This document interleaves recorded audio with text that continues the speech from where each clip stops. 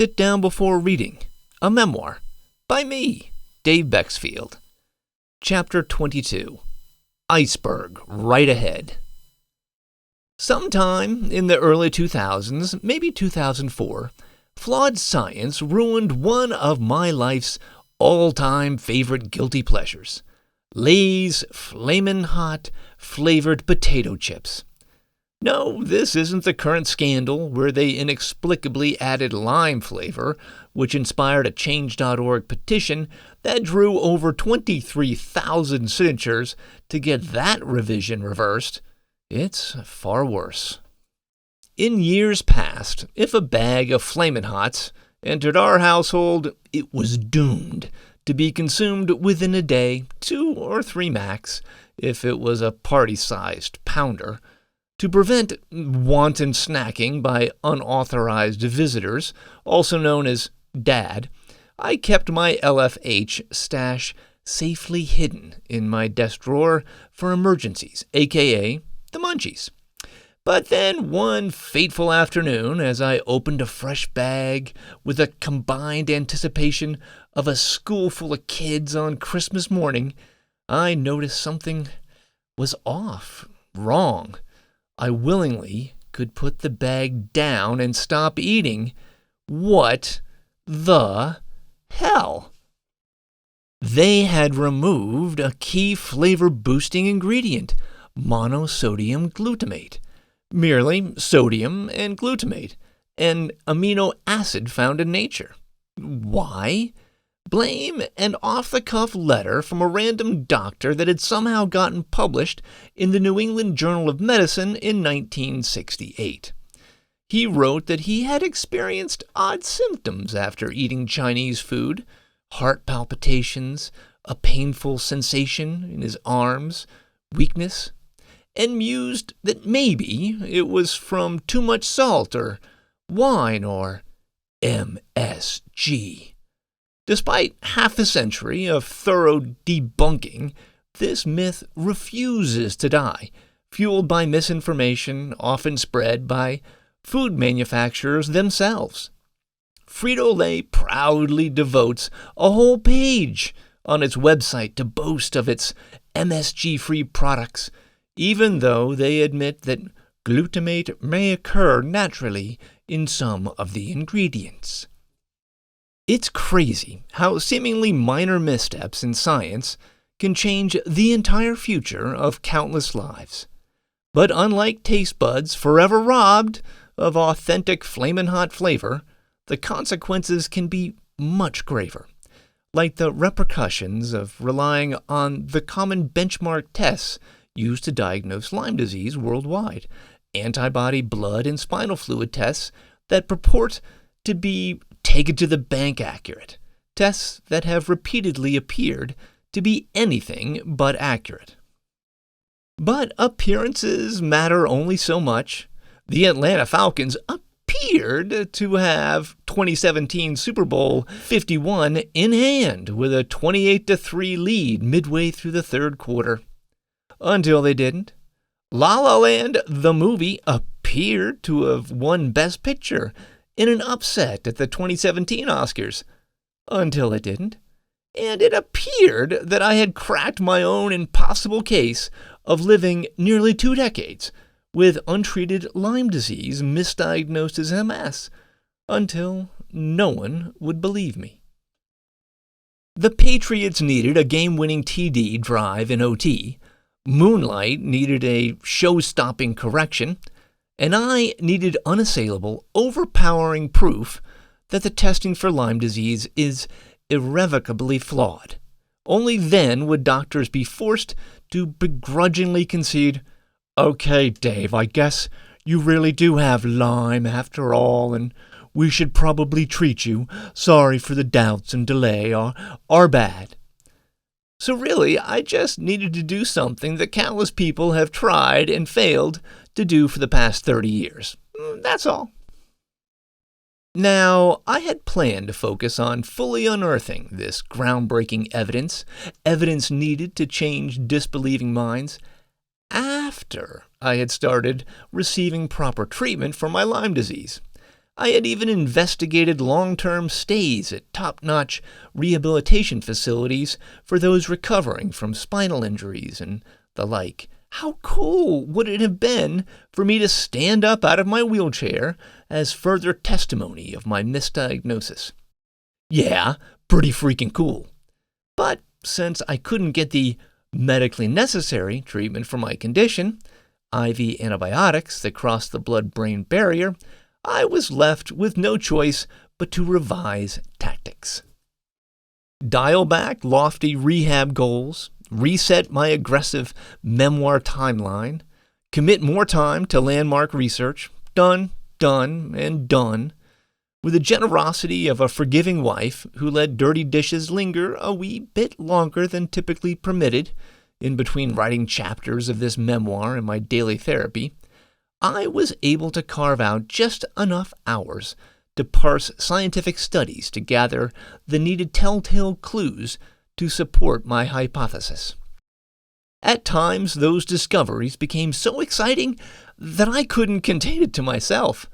Followers of active MSers, who have been getting weekly sit-down before reading updates this entire time through my long-running newsletter, learned pretty much the moment I solved a particularly major MS enigma by reading the postscript from my June 8th newsletter. P.S. If you heard whoops and hollers of excitement emanating out of Albuquerque recently, don't be alarmed. That was just me finding another important puzzle piece as I continued to unravel one of MS's greatest mysteries. Over the course of the next month, that solution to one big MS mystery in turn helped to unravel a host of other MS conundrums, as the tumblers on the previously uncrackable mysteries of MS safe miraculously and effortlessly clicked into place. Nope, I hadn't discovered a couple of worthless, dust-covered empty bottles of hooch errantly stashed inside a long-abandoned Al Capone vault. No, this was closer to unearthing King Tut's tomb, finding the Titanic, or discovering the Ark of the Covenant without the hazard of having your face melt off. I had hoped to share my findings with researchers when I had everything wrapped up so tightly that I could tie up the compelling proof with a fancy ribbon and top it with a pretty bow. Sans Lexus, sorry. But timing was now crucial, not only for my care, but for others unknowingly trapped in the same misdiagnosis quicksand. Once I reached 100% confidence in my discovery in July of 2022, I had to sound the official alarm. The medical community needed to prepare for the iceberg right ahead, or there was going to be a disturbing level of confusion and chaos in MS communities as word of my discoveries circulated. With thoughtful preparation, that could be contained and mitigated. I began by reaching out personally to 4 of the most visible and vocal MS specialists on the internet, all of whom I considered to be friendly and supportive colleagues. Doctors, Dave Bexfield from Active MSers. If you are not yet aware, I was misdiagnosed 17 years ago, and I am writing a near real-time memoir, Sit Down Before Reading. Today, in Chapter 9, I revealed the cause of my disability, Lyme disease, hence the reason for me contacting you directly. You 4 are all-stars in the MS community, highly respected, and need to be looped in. In short order, my case is going to fundamentally change the MS landscape, directly affecting virtually every practice, research effort, and person living with the disease. That's because I've made the most unbelievable of discoveries, and I have evidence to back it up. Not to worry, it's not all MS is Lyme, or that Lyme disease causes MS, which Dr. Bieber addressed quite well in a 2019 video. As my book progresses, I could use your help and expertise. If interested, we should set up a conference call. Thanks for the consideration, Dave. Did you know that the Hoh Rainforest in Washington State's Olympic Park is one of the quietest places in the United States. Its zen-like stillness is profound, mesmerizing, a pocket of peace in a tumultuous world. Laura and I can attest that its tranquility is entrancing. My message inbox was quieter. Those acclaimed MS neurologists apparently weren't interested in my discovery, even though I had worked with them or directly conversed with all of them.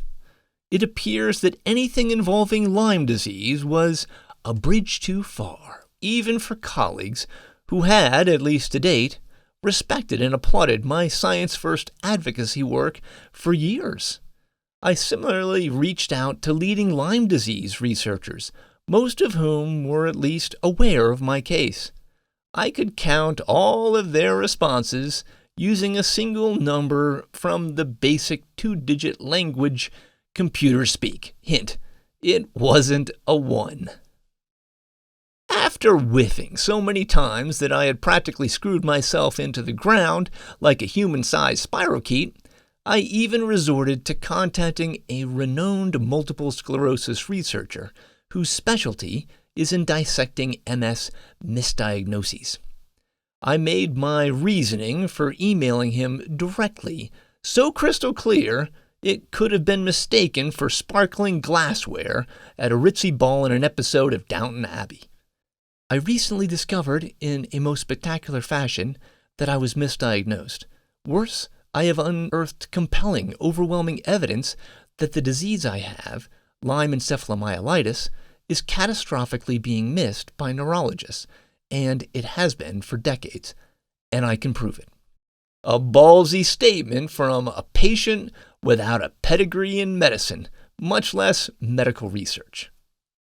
He was the only doctor to write me back, the only one. He took valuable time out of his day and was thoughtful in his response, even offering to review parts of my work for accuracy. But I had uttered that word, Lyme. It's hard to know how to respond regarding Lyme, as I don't want you to feel I'm dismissing your diagnosis or findings. I certainly can't speak to your specific experience, as I'm sure you are well aware diagnosis and testing is a contentious and confusing topic, especially if it involves eugenics, or what some people call chronic Lyme disease. I think many of us frequently meet patients with MS concerned that they instead have Lyme.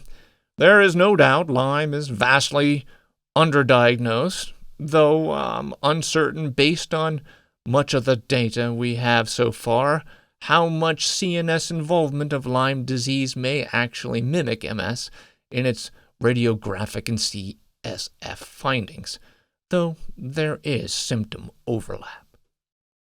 At this point, I'd now reached out to more than a dozen of the best doctors and researchers in multiple sclerosis and Lyme disease worldwide, without success. I was no longer surprised, even mildly. Why would any respecting research specialist risk his or her professional medical career by entertaining a theory by yet another person spouting nonsense about a connection between MS and the most contentious and disputed of diseases?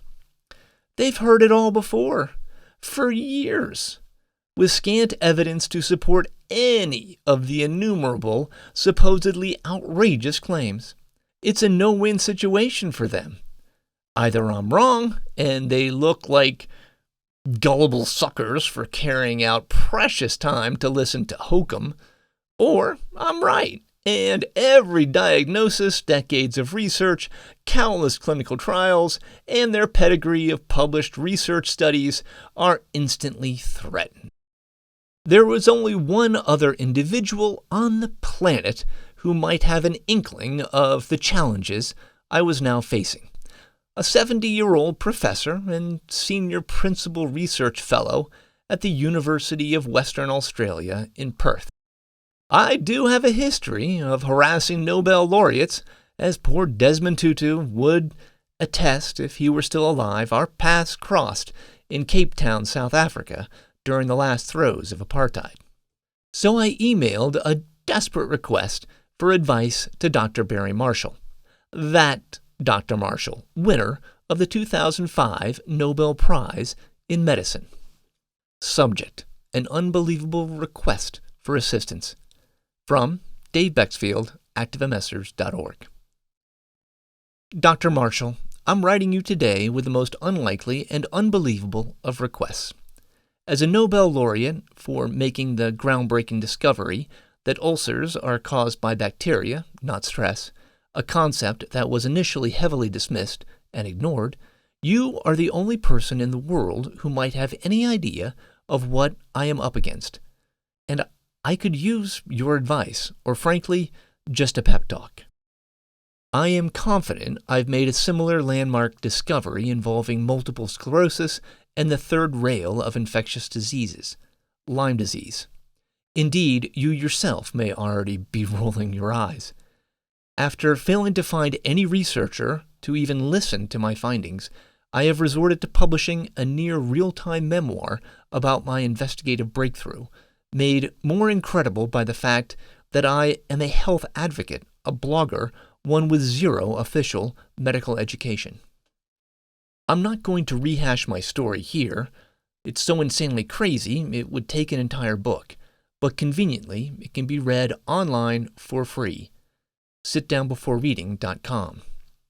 Spoiler alert, your experience has already made my pages, Chapter 14, A Nobel Act, as I've audaciously told readers that I'll be joining you as a laureate. My memoir will reach its bombshell conclusion in November with frightening parallels to your harrowing tale, infectious disease doctors and their fears of overprescribing antibiotics, and I'm mildly freaking out.